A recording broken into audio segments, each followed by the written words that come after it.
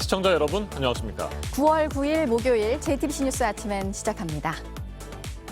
밤사이 전국의 자영업자들이 정부의 코로나19 고강도 사회적 거리두기와 영업 제한 등에 항의하면서 차량 시위를 벌였습니다. 서울과 울산, 전북, 경남 등 전국 9개 시도에서 차량 2천여 대를 몰고 나온 자영업자들은 경적을 울리면서 방역 규제 철폐 등을 요구했습니다. 주 중반이 되면서 코로나 하루 확진자 수가 2,000명을 넘어서는 게 반복되고 있습니다. 수도권 확산세 속에 어제 이어서 오늘도 2,000명대로 발표가 될 것으로 보입니다. 코로나와 공존하는 새로운 방역 체계로의 전환을 두고 논의가 시작된 가운데 정부는 전 국민의 70%가 백신 접종을 완료하는 시점을 더 앞당기기 위해서 화이자와 모더나 접종 간격을 다시 4주로 줄이는 걸 검토하고 있습니다. 일본 문부과학성이 교과서 업체 5곳이 제출한 종군 위안부와 강제 연행 표현의 수정 신청을 승인했습니다. 스가 정권이 지난 4월 종군 위안부와 강제 연행 표현이 적절하지 않다는 공식 입장을 밝힌 뒤 교육 현장에서 일본의 과거사 지우기 시도가 더욱 본격화되고 있습니다. 공수처가 윤석열 전 검찰총장의 한명숙 전 총리 모해 위증 교사 수사 방해 의혹과 관련해 이문정 법무부 감찰 담당관을 11시간가량 조사했습니다. 수사에서 배제됐다고 주장하는 이문정 담당관을 상대로 사건 배당 과정과 윤 전 총장의 지시 등과 관련한 조사를 진행했습니다. 북한이 9월 9일 정권 수립 기념일 73주년을 맞아 오늘 새벽 평양 김일성 광장에서 심야 열병식을 개최했다고 미국의 북한 전문 매체가 보도했습니다. 우리 합동참모본부는 열병식 정황과 본 행사 가능성 등을 현재 면밀하게 추적하고 있다고 밝혔습니다. 수소 에너지 분야를 선점하고 글로벌 시장에서 주도권을 확보하기 위해서 국내 기업들이 뭉쳤습니다. 수소를 만들고 저장하고 활용하는 각 부문에서 협력해서 경쟁력을 높이겠다는 계획입니다.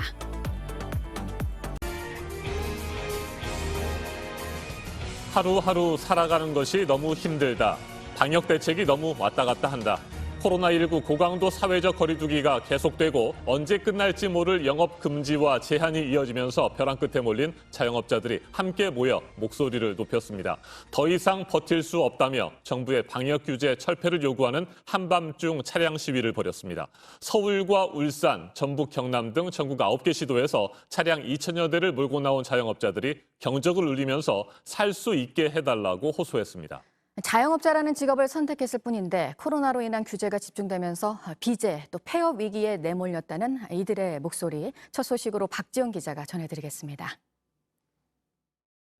도로 위 일렬로 늘어선 차들이 깜빡이를 켜고 달립니다. 구호에 맞춰 경적을 울리기도 합니다. 네네.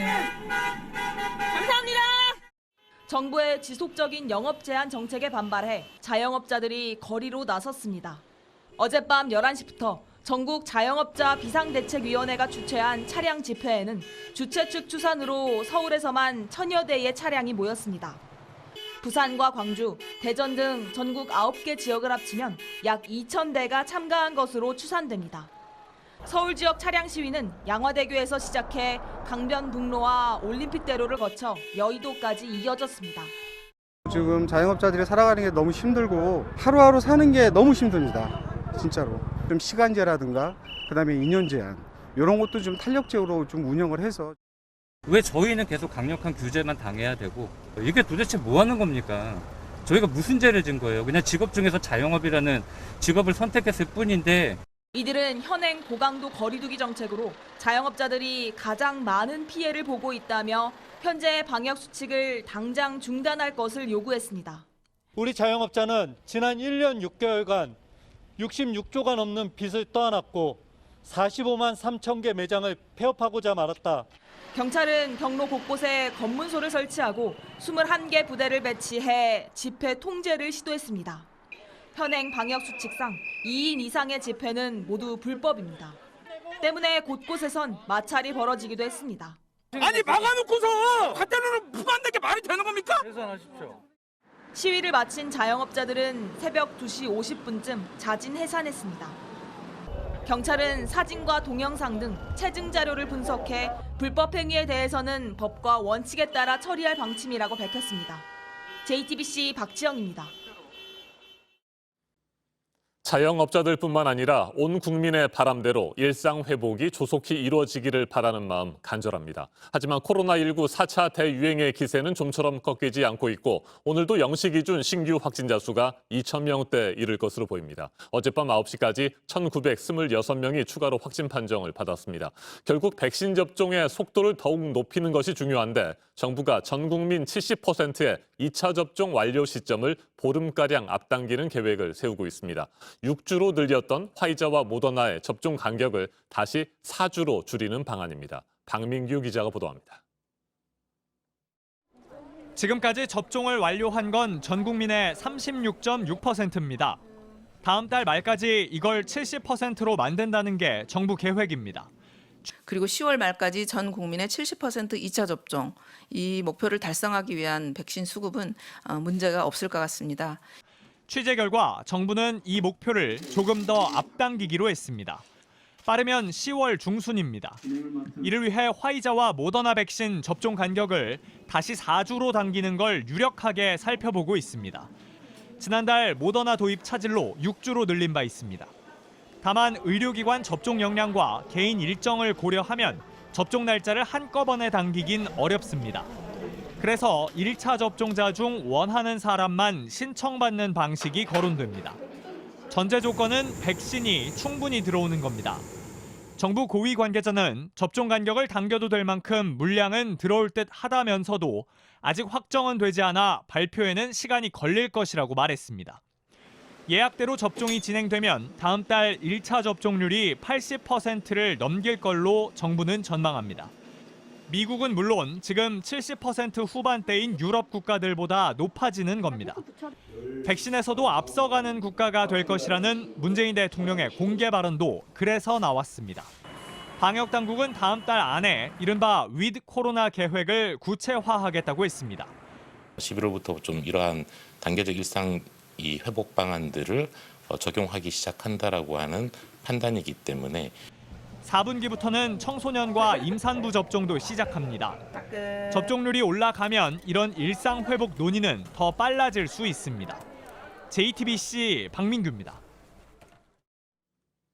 코로나19 누적 확진자 수가 전체 인구의 8명 가운데 1명꼴 4천만 명을 넘어선 미국에서는 어린이 감염자도 급증하고 있습니다. 최근 일주일 사이 25만여 명의 어린이가 추가 감염된 것으로 파악됐습니다. 전체 확진자의 4분의 1이 넘습니다. 워싱턴에서 임종주 특파원이 보도합니다.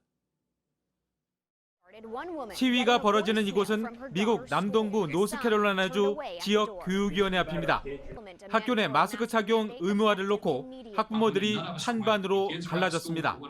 When you remove the mask from the equation, we're taking that last layer of protection away from them. Doesn't harm children enough to warrant masks. That they're no more at risk than the normal flu season. 새 학기 시작과 함께 미국 내 어린이와 청소년 감염이 급증하고 있습니다. 지난달 26일부터 지난 2일까지 집계된 사례는 25만 1천여 명에 이릅니다. 미국 내 전체 신규 확진자의 27%, 4분의 1이 넘습니다. 아직 백신을 맞을 수 없는 12살 이하가 특히 취약합니다. We've got to get the school system masked in addition to surrounding the children with vaccinated people. 다만 중증에까지 이른 경우는 드물어 보인다고 미국 소아과학회 측은 밝혔습니다. 그러나 정신적 건강에도 해를 끼칠 수 있는 만큼 관련 자료 수집이 시급하다고 학회 측은 덧붙였습니다. 이런 가운데 남부 플로리다주 마이애미 데이드 카운티에선 지난달 중순 이후 공립학교 교직원 13명이 코로나로 숨진 것으로 나타났습니다. 사망자 중에는 교사와 통학버스 기사, 경비 직원, 매점 관리자 등이 포함되어 있습니다.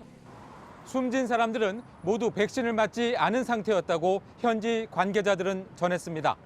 워싱턴에서 JTBC 임종주입니다.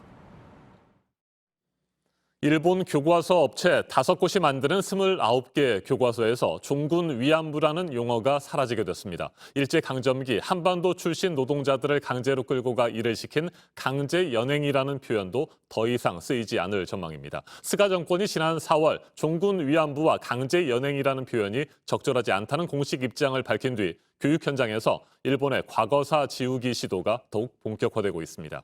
이재승 기자입니다. 일본 문부과학성이 어제 교과서 업체 5곳이 제출한 종군 위안부와 강제 연행 표현에 대한 삭제나 변경 신청을 승인했습니다.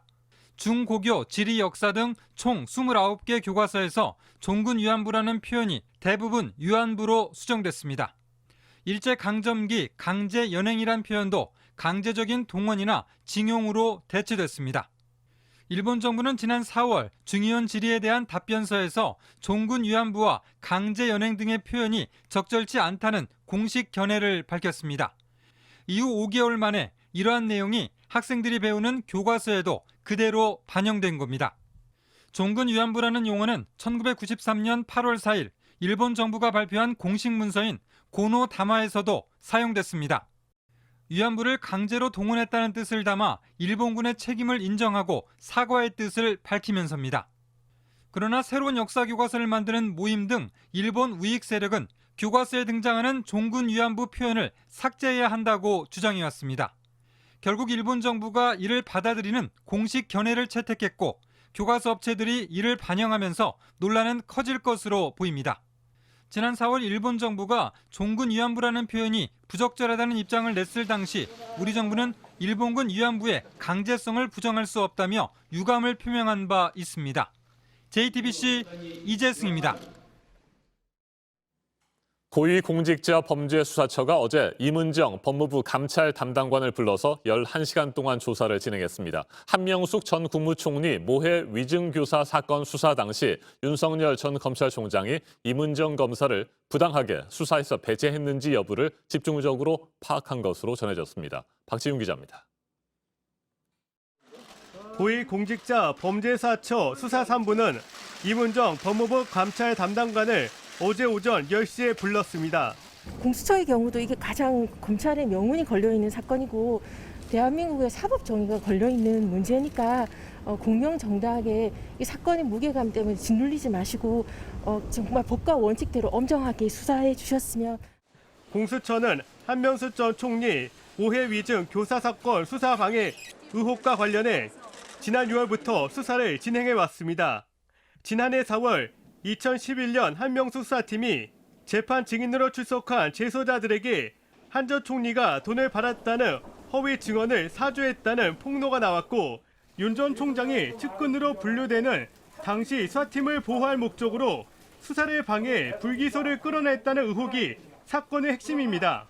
이문정 담당관은 그 과정에서 자신의 업무에서 배제됐다고 주장하고 있습니다. 계속 차장님 편으로 반려가 되고 그렇게 돼서 총장님한테 직접 말하고 싶어서 항의 메일을 보내고 메일을 보냈다고 문자 메시지 보내고 총장님 편으로 직접 공문 다이렉트로 결제 상신하고. 공수처 수사팀은 임 담당관이 제출한 자료를 토대로 윤 전 총장의 직무 이전 지시 등 전반적인 사건 경위를 임 담당관에게 물은 것으로 전해졌습니다. 조사는 오후 6시까지 진행됐고 조서 11시간까지 포함하면 약 11시간 동안 이어졌습니다. 한편 임 담당관은 윤 전 총장의 고발 사주 의혹에 관한 취재진의 질문에는 국민께서 인내를 갖고 기다려주시면 시원하게 의혹을 해소할 수 있을 것이라고 답했습니다. JTBC 박지윤입니다. 방사성 물질이 20년 넘게 새어나왔다는 월성 원전 1호기에 대한 1차 보고서 내용 전해드렸었는데요. 이 원전을 주기적으로 관리 감독하는 곳에서 일하면서 당시 현장을 점검했던 담당자가 2년여 전에 이 문제를 알렸었던 것으로 파악이 됐습니다. 하지만 그에 따른 조치는 없었는데요. 알고도 덮었다 해도 문제고 모르고 지나갔다 해도 지적을 피할 수 없습니다. 박상욱 기자입니다.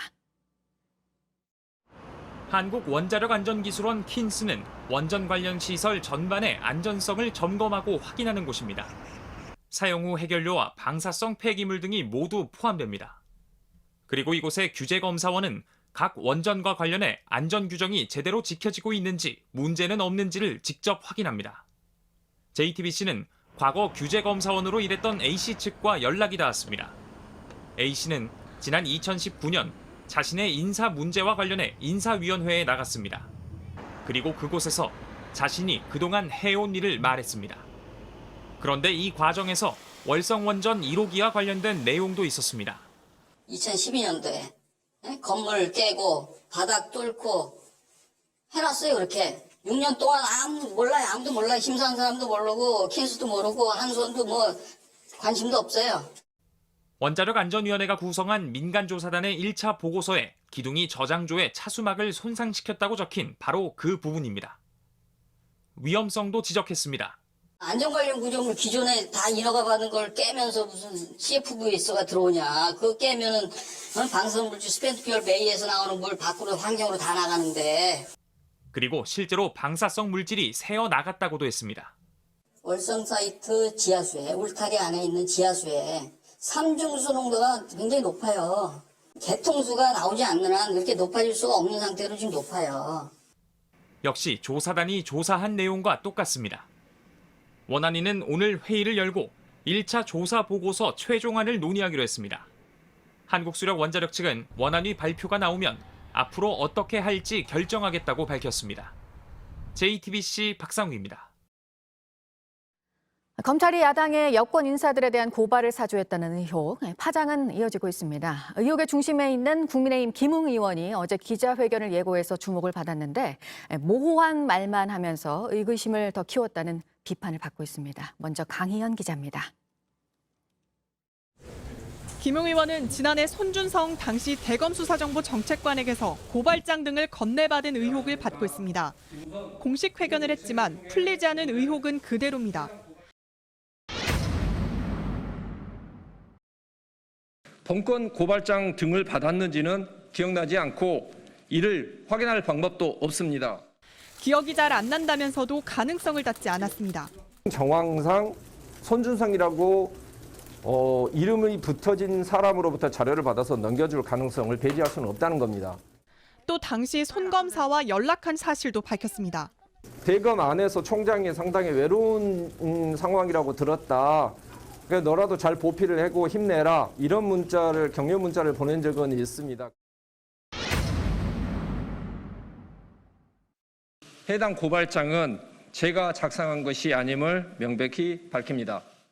다만 김 의원은 앞서 언론 인터뷰에서 자신이 최강욱 열린민주당 의원의 고발장 초안을 작성했다고 했습니다. 하지만 그 초안과 텔레그램에서 받은 고발장은 다르다고 주장했습니다. 전혀 다르죠. 제가 메모를 해서 이렇게 준 거라서 그거하고는 전혀 형식도 달랐습니다.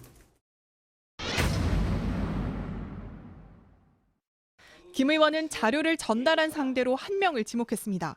제가 받았던 자료를 당 선거 관련해서 중요 직책에 계신 분에게만 전달을 했습니다.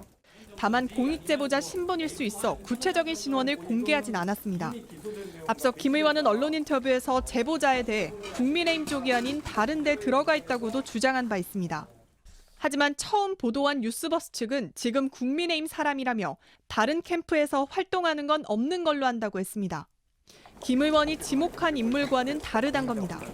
김 의원은 이번 일에 책임을 지고 유승민 캠프 대변인직을 내려놓겠다고 밝혔습니다. JTBC 강연입니다. 네, 이 고발 사주 의혹에 대해 윤석열 전 검찰총장도 이 김웅 의원의 기자회견 뒤에 직접 자신의 입장을 밝혔는데요. 이 고발 사주는 검사가 하기에는 상식적이지 않다는 내용이었습니다. 괴문서, 정치 공작이라면서 국회에서 해명할 기회를 달라고도 했는데 민주당은 공세 수위를 더 높였습니다. 이어서 김태영 기자입니다. 윤 전 총장은 고발 사주 의혹을 여권의 정치 공작이라고 못 박았습니다. 제가 그렇게 무섭습니까? 저 하나 그런 공작으로 제거하면 정권 창출이 그냥 됩니까? 당당하게 하십시오. 해당 의혹이 제기된 지난해 총선 상황을 거론하며 상식에 맞지 않는다고도 했습니다. 야당이 고발장을 내면은 그거 수사할 수 있습니까? 저 자체도 수사에서 배제가 됐어요. 상식에 맞아야 뭐 가능성이 있는 것이죠. 또 사주 의혹의 근거로 제시된 고발장 등을 괴문서라고 주장했고 신빙성 있는 근거로서 의혹도 제기하고 문제도 삼을 수 있는 것인데 그런 게 없는 문서는 소위 괴문서라고 하는 것입니다. 자신과는 무관하다고 목소리를 높였습니다. 그런 게 있다고 한들 그런 걸 다 총장한테 보고하고 뭐 결재받고 옵니까? 제보자를 신뢰하기 힘들다는 주장도 했습니다. 과거에 그 사람이 어떤 일을 벌였는지 여의도판에서는 아마 전부 아실 거예요. 어떻게 갑자기 공익제보자가 됩니까? 윤 전 총장은 국회에서 해명할 기회를 달라고 했고 윤석열 캠프는 진상을 규명하기 위한 자체 특별위원회를 구성하겠다고 밝혔습니다. 기자회견 직후 민주당은 즉각 공세에 나섰습니다. 송영길 대표는 국민을 상대로 윽박지르는 태도는 대통령 후보로서 바람직한 모습이 아니라고 비판했습니다. 그러면서 법사위에 나와서 해명하라고 압박했습니다. 또 대국민 사과를 촉구하며 공세 수위를 높였습니다. 윤석열 국민의힘 후보는 국민 앞에 사죄하고 수사에 성실히 임해야 합니다. JTBC 김태영입니다. 이번에는 오늘 아침 체크해봐야 할 뉴스들을 분야별로 살펴보겠습니다. 먼저 정치 분야입니다. 문재인 대통령이 내년 5월 퇴임한 이후 매달 1,390만 원가량의 연금을 받을 것으로 보입니다. 국민의힘 이영 의원실이 확보한 자료에 따르면 문 대통령의 연금은 2억 3,800여만 원에 이르는 지금의 연봉을 기준으로 계산했을 때 연간 1억 6,690만 원, 한 달 평균 1,390만 원입니다. 현행법상 전직 대통령은 재직 당시 보수 연예계 95%를 연금으로 받게 되는데 현재 생존한 전직 대통령들은 모두 징역형을 선고받아 연금을 받지 못하고 있습니다. 국민의힘이 오는 13일 국회 본회의에 윤희숙 의원의 사직안을 상정해 표결 처리하는 방안을 추진하고 있습니다. 국민의힘은 더불어민주당도 협조하겠다고 한 만큼 상정 자체에 문제는 없을 것이라고 밝혔습니다.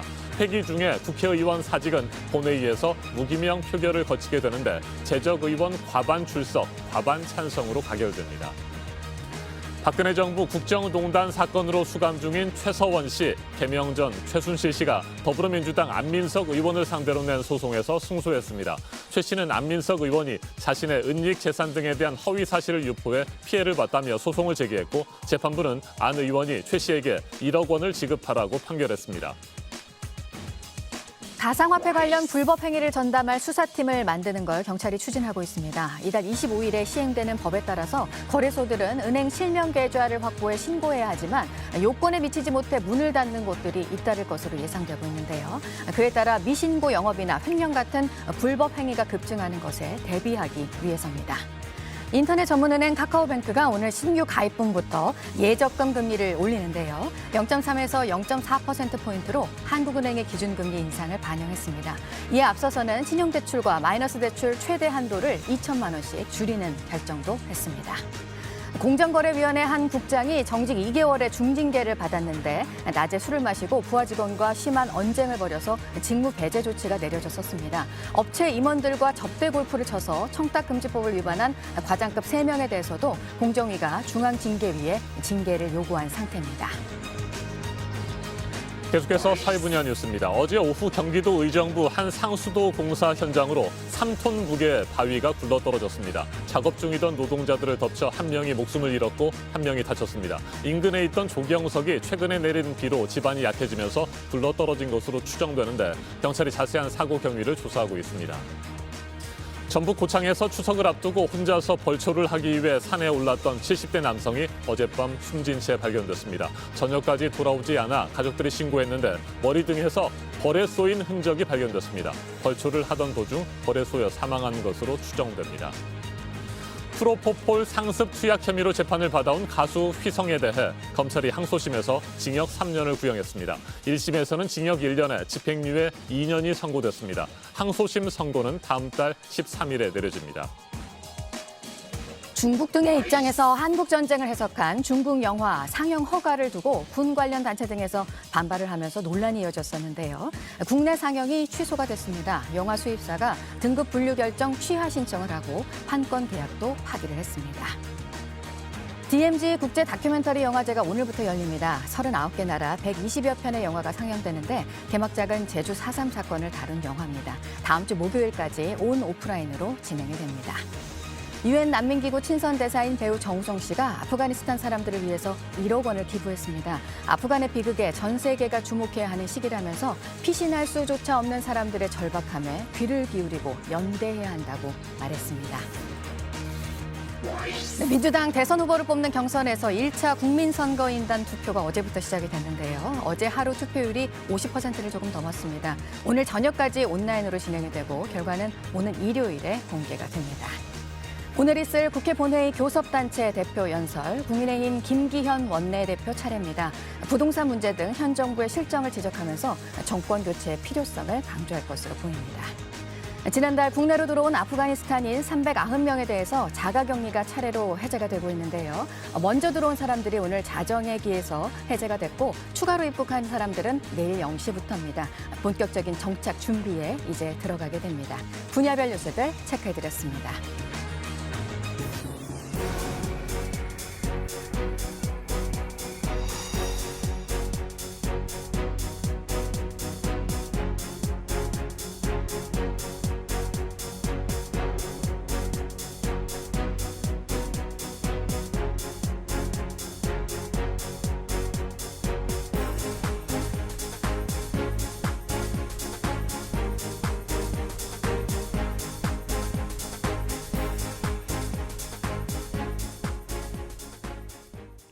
네, 목요일 아침 7시 44분 지나고 있습니다. 북한이 오늘 정권 수립 기념일을 맞아서 밤사이에 열병식을 진행한 것으로 보입니다. 이 소식 보도국 연결해서 알아보도록 하겠습니다. 강버드 기자, 아직 북한 매체 보도는 나오지 않고 있고 외신 보도로 전해진 내용이죠? 네, 미국의 NK뉴스가 보도한 내용입니다. 정권 수립 73주년 기념 열병식은 오늘 0시 평양 김일성 광장에서 열렸습니다. 새벽 1시쯤에는 불꽃놀이도 진행됐고 퍼레이드에는 군장비 여러 대가 포함됐다고 합니다. 아직 관련 영상이나 사진이 공개되진 않아서 관심을 모았던 새 전략 무기가 있었는지는 알 수 없지만 NK뉴스에 따르면 공군기의 비행 소리도 들렸다고 합니다. 김정은 국무위원장의 참석 여부도 아직은 확인이 안 됐는데 나와서 연설을 했을 가능성이 크다는 분석입니다. 코로나 사태와 이딴 자연재해 속에서 주민들의 충성심을 고취할 필요가 있는 만큼 북한 정권은 기념일을 앞두고 각종 행사를 이어왔습니다. 우리 합참도 열병식 실시 정황을 포착하고 구체적인 내용을 면밀히 추적하고 있다고 밝혔습니다. 네, 북한 소식 하나 더 있는데 내년에 베이징 동계올림픽에 출전하지 못하게 됐다고요. 네, 현지 시간 8일 국제올림픽위원회 이사회가 만장일치로 내린 자격 정지 결정에 따른 겁니다. 베이징 동계올림픽이 열리는 내년 말까지는 대회에 나가거나 경제 지원도 전혀 받을 수가 없습니다. 북한은 도쿄올림픽에 불참한 유일한 나라였는데요. 코로나 위기 상황에서 선수를 보호한다며 불참 결정을 내려놓고 이를 IOC에 제대로 알리지 않아 징계를 받게 됐습니다. 베이징에서는 그래도 북한 선수를 보게 될 가능성이 있는데요. 바흐 위원장의 이야기 들어보시겠습니다. Any athlete from this NOC be qualified for the Olympic Winter Games Beijing 2022 through the qualification process in force, the IOC Executive Board will take an appropriate decision. 다만 도쿄에서 러시아 선수들이 그랬던 것처럼 북한 국기를 달지 않고 개인 자격으로 참가하게 됩니다. 북한이 베이징 올림픽에 나서지 못하게 되면서 이 대회를 통해서 북한과 대화를 이어가려던 우리 정부의 계획은 차질을 빚게 됐습니다. 네, 아프간 소식도 있습니다. 특히 여성들에 대해서 탈레반이 어떻게 하고 있는지에 대해서요. 이제 다른 모습을 보여주겠다는 약속과 다른 모습들을 계속 보여주고 있죠? 네, 현지 시간 8일 아프간 수도 카불에서 열린 시위 영상을 CNN이 입수해 보도했는데요. 지금 함께 보시면요. 채찍을 휘두르는 소리에 이어 여성들의 비명 소리까지 들립니다. 탈레반은 여성의 권리를 보장하겠다는 말과 달리 대학에서의 남녀 분리나 니캅 착용을 명령하고 남성만으로 과도 정부를 꾸리는 등 20년 전 통치 때와 비슷한 모습을 보이고 있습니다. 여기에 반발하는 여성들의 시위가 이어지고 있는데요. 그거를 이렇게 채찍까지 이용해서 진압하려고 한 겁니다. 시위대 이야기 들어보시겠습니다. They tried to shoot at us. A few were hit with whips, and they tell us to go to our homes and recognize and accept the emirate. Why should we accept the emirate while no inclusion or rights have been given to us?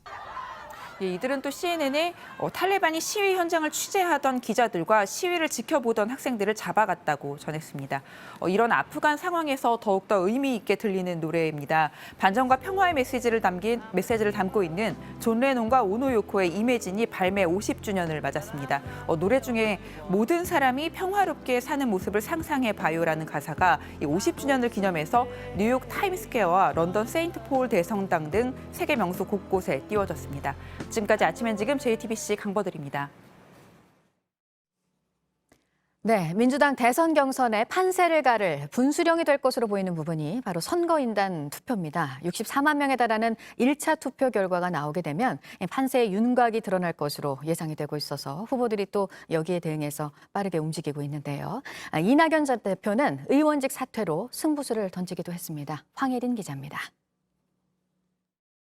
더불어민주당 대선 경선에서 전국 선거인단 투표는 3번에 나눠 실시하는데 이번이 첫 순서입니다. 1차 선거인단은 모두 64만여 명, 70만 명에 달하는 민주당 권리당원에 맞먹고 예상되는 전체 선거인단의 30%가량에 이릅니다. 1차 선거인단 투표 결과에 따라 전체 경선 판세의 윤곽이 드러날 거란 관측이 나옵니다. 투표 시작에 맞춰 민주당 경선 후보들의 움직임도 빨라졌습니다. 이재명 경기지사는 지지자들에게 투표장에 나와달라고 호소했습니다. 검증된 국민 일꾼 저 기호 1번 이재명에게 소중한 한 표 꼭 부탁드립니다. 공직은 누리는 자리가 아니라 일하는 자리라는 것을 보여드리겠습니다. 이낙연 전 대표는 민주당의 전통적 지지 기반인 호남에서 의원직 사퇴를 선언하며 배수진을 쳤습니다. 사퇴 선언이 나오기 직전까지 캠프 내 핵심 참모들도 알지 못할 정도로 전격적이었습니다. 저는 국회의원직을 버리고 정권 재창출에 나서기로 결심했습니다. 저의 모든 것을 던져 정권 재창출을 이룸으로써 제가 진 빚을 갚겠습니다. 국민의힘은 오는 11월 5일 대선 후보를 확정하기로 결정했습니다. 국민의힘 선관위는 이번 주 열리는 경선 후보 국민 면접에 진중권 전 동양대 교수를 면접관으로 내세웠습니다. 제3지대 후보를 표방하는 김동연 전 부총리는 대선 출마를 공식 선언하며 대한민국을 기회공화국으로 만들겠다고 밝혔습니다. JTBC 황예린입니다.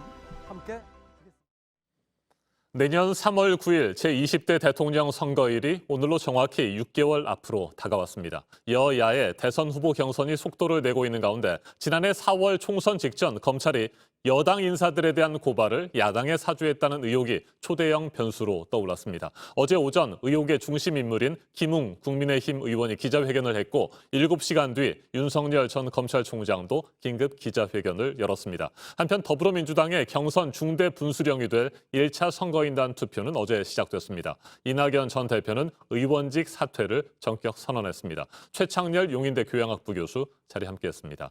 어서 오십시오. 네, 안녕하세요. 네, 김웅 의원의 기자회견부터 좀 짚어보죠. 의혹이 불거진 지 엿새 만에 첫 공식 회견을 했습니다. 손준성 검사로부터 실제로 고발장을 건네받았는지 그리고 고발장 작성에 개입했는지 이런 것들이 핵심 의혹이잖아요. 이 부분에 대해서 뭐 제대로 설명을 하지 않은 것 같고 그래서 맹탕 기자회견이다 이런 지적도 나오고 있습니다. 어제 좀 의도된 기자회견인 것 같기도 합니다. 왜 그 말씀 드리냐면 지금 2일 날 얘기한 거, 6일 날 얘기한 거, 어제 얘기한 게 다 달라요. 아무리 꼼꼼하게 좀 맞춰보려고 해도 맞춰지지가 않을 정도거든요. 그리고 어제 또 얘기하는 것 중에서 고발장을 전달을 하지 않았다고 또 했어요. 네. 처음에 했다고 했다가 어제는 또 사실이라면, 그 보도가 사실이라면 고발장을 전달했을 수도 있겠다. 저는 그런 화법을 본 적이 없거든요. 그러니까 다시 말하면 어제 기자회견은 지금 말씀하신 것처럼 의혹만 더 부풀리는 이제 그런 맹탕 기자회견이고 오락가락 해명에 그쳤는데 의도가 있다고 제가 말씀드린 거는 자신에 대한 수사를 의식하지 않겠어요? 수사가 어차피 들어갈 수도 있다고 네. 생각합니다. 김웅 의원에게도. 그렇다면 수사에 대비하는 어떤 그러한 그것을 의식하는 것이 아닌가. 그러니까 정무적 판단에 의한 기자회견 아닌가라는 생각이 들 정도입니다. 워낙 말이 다르고 또 하나 이해가 안 가는 게 고발장을 전달받았는지 모르겠다. 고발장이 자신이 작성한 게 아니라는 얘기는 분명히 했어요. 네. 전달받았는지 모르겠고 뭐 사실이라면 뭐 전달할 수 있다는 얘기를 했습니다만 또 그러면서 또 문자 내용은 또 기억이 난다는 거 아니에요. 손준성 검사에게 윤 총장을 잘 보필해라 뭐 이런 내용을 보냈다는 거 아닙니까? 그럼 이해가 좀 안 가잖아요. 게다가 또 손준성 검사에게 준성이라는 호칭을 쓰던데 네. 그 전에도. 그런데 문자가 저장이 안 됐다? 반말을 쓰면 이름을 부를 정도인데 문자가 저장이 안 되게 뭐 그럴 수도 있겠습니다만 일반 상식으로 볼 때 납득이 안 가죠. 저는 그래서 상당히 기획된 기자회견이 아니냐. 수사에 대비하기 위해서 자기는 모른다라는 네. 것을 분명하게 밝히려 했던 것 같다는 생각이 듭니다. 네. 어제 그와 같은 맹탕 기자회견을 하고 유승민 캠프의 대변인직도 내려놓았습니다. 결국에는 유승민 캠프에 미치는 뭐 여러 가지 영향 등을 고려해서 어제 기자회견을 한 것이 아닌가 뭐 이런 해석도 가능할 것 같습니다. 그렇죠. 국민의힘도 나름 보호를 하고 유승민 이제 후보도 이제 방어막을 치면서 그런 의도를 가지고 했던 것 같기도 해요. 그러니까 순수하게 자신의 그 얘기가 얼마나 거기 들어가는지 우리는 알 수가 없는 거죠. 나중에 수사로 전환됐을 때 그때 밝혀질 수밖에 없는 거고. 그러나 분명한 것은 어쨌든 자신이 이렇게 얘기 자꾸만 오락가락하게 하고 해명을 도대체 이해가 안 가게 한다면 나중에 이게 본인에게 전 유익하지 않다고 생각을 하고요. 어느 정도는 이걸 밝혀야죠. 네. 자기가 많이 개입돼 있다면 뭐 아직 단정을 못 짓겠죠. 그것도 단정을 못 한다 하더라도 여러 가지 정황으로 볼 때 어떤 여러 가지 변수 중에서 그 하나의 관여자임에는 분명해 보이거든요. 근데 이걸 이런 식으로 한다는 건 이해가 좀 안 갑니다. 예. 네. 김웅 의원이 기자회견을 하고 7시간 뒤에 윤석열 전 검찰총장도 긴급 기자회견을 열었습니다. 고발장 문건을 괴문서라고 일축했고요. 정치 공작이다 이렇게 주장을 했는데 이건 어떻게 보세요? 어제 아주 격앙되게 얘기를 하더라고요. 아주 거친 표현도 좀 몇 개 나왔고. 그러니까 이게 이대로 방치했다가는 이게 거의 기정사실화 되면서 설령 나중에 사실이 아닌 걸로 밝혀지더라도 윤 후보 지금 대선 주자 아닙니까? 지지율이 더 하락할 수 있다는 판단을 한 것 같아요. 위기감을 느꼈겠죠. 게다가 최근에 국민의힘 내부의 홍준표 의원의 이 상승세가 만만치가 않잖아요. 그런 여러 가지를 의식한 것 같고 문재인 정부와 대립각을 세운 자신의 이미지를 다시 재소환하려 했던 건 아닌가. 굳이 정치적으로 해석을 한다면 그래서 지지층을 다시 결집하려는 뭐 그런 의도도 있지 않았을까라는 생각이 드는데 그것보다도 일단 본질적으로는 본인이 정말 개입하지 않았다는 것을 강조했던 그런 기자회견이라고 생각합니다. 네, 더불어민주당 경선 얘기를 좀 해보도록 하겠습니다. 이낙연 전 대표 어제 의원직을 전격적으로 내려놓았습니다. 네. 이건 어떻게 평가하십니까? 의원직 사퇴가 뭐 초강수죠. 뭐 승부수를 던졌다고 볼 수가 있는 것인데 의원직 사퇴를 표명했다 하더라도 의원직 사퇴서가 수리될지는 알 수 없죠. 본회의가 열려서 거기서 처리가 돼야 되는 거니까 본회의에서. 그러나 분명한 것은 지금 이낙연 후보가 충청권에서 예상외로 패배를 했잖아요. 네. 이재명 후보에게. 아마 그런 것들에 대한 어떤 상당히 충격을 많이 받은 것 같아요. 그래서 승부수를 던지고 이것도 마찬가지로 이것도 지지층을 좀 재결집하려는 그래서 호남에서 이제 이렇게 발표를 했단 말이죠. 그런 정치적인 승부수다라고 생각합니다. 네. 민주당의 1차 선거인단 투표가 어제 시작됐습니다. 네. 경선 과정에서 굉장히 중요한 분수령이 될 것으로 보이는데 오늘 12일에 결과가 나오잖아요. 어떻게 될까요? 글쎄 권리당원 이제 이미 이제 발표가 됐고 네. 일반 당원과 이제 선거인단이 이제 발표되는 거 아니에요? 슈퍼 위크라고 그러는데 글쎄요 1차 투표 충청권에서 이 결과가 워낙 이재명 지사가 과반을 넘었단 말이에요. 그래서 글쎄 이제 이낙연 후보가 이제 반전의 발판을 마련할지 두고 봐야 할 것 같은데 흐름 자체는 이재명 지사 다시 말해 본선 경쟁력 있는 후보에게 하는 전략적 투표 같은 게 작동이 되고 있는 것 같아요 민주당에. 그렇다면 상당히 이낙연 후보에게는 어려운 선거가 되지 않을까 생각을 하는데 뭐 지켜봐야 될 것 같습니다. 네. 이낙연 전 대표가 국회의원직을 사퇴했다는 것은 배수의 진을 친 것 아니겠습니까? 배수진이 치고 이제 최종 승부수를 던진 거라고 봐야죠. 그런 부분들이 이제 호남 유권자들에게 민주당 지지자들 당원들에게 어떻게 이제 다가갈지 역시 지켜봐야 될 것 같아요. 의외로 또 반전의 모멘텀을 마련할 수도 있지 않을까 생각이 듭니다. 네, 경선 뭐 이제 시작이라고 할 수 있으니까요. 그렇죠. 이제 뭐 얼마 안 진행되는 됐으니까. 상황들을 예. 계속 지켜봐야 될 것 같습니다. 오는 12일에 1차 국민선거인단의 결과도 봐야 될 것 같고요. 여기까지 듣겠습니다. 최창렬 용인대 교양학부 교수였습니다. 말씀 잘 들었습니다. 네, 수고하셨습니다.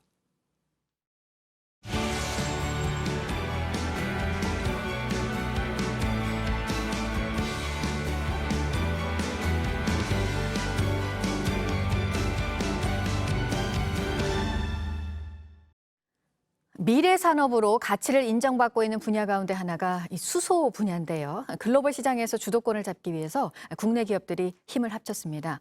수소 생산, 저장, 활용 각 부문에서 협력을 해서 힘을 키우겠다는 계획인데요. 김영민 기자가 전합니다.